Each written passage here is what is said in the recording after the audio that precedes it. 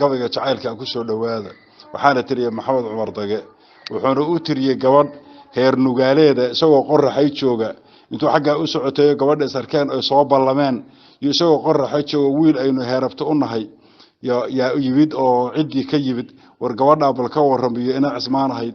ma la guursaday maya buu yiri ma hadda ma noqonaysaa ha magaca Cabdullaahi fariintan u faray wuxuuna yiri Cabdullaahi oo waxa lagu culuso cinda uu keenay oo ciidan u dhiibiya la'aaniman cashiireysto oo cibreysa caawiya baraad ciid ka socotayne cidla maritan baad beegsan iyo caata iyo daale carabiya cishiya fiid kacbaad camashan doontaaye rabbi caafimaad kugu siiyay cida tagniinkaaga cod yaroon ku fari iiga gee ina cismaan gooye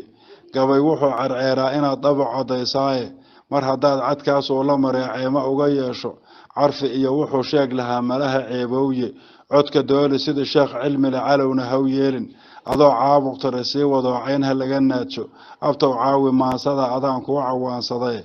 haddaan cuurka daaro dhaxmaray tan iyo cawbaare hartu curadadiisii haddaan doonu camalayay warsangeli codkiisii haddaan caliya buur gaadhay aman caliya haaruun dhaxmaray ceelis kor u dhaafay caqligaygu tuu dooni jiray lay calaamadiye cilaan midabkileeyay siraad calanku noo fuuliye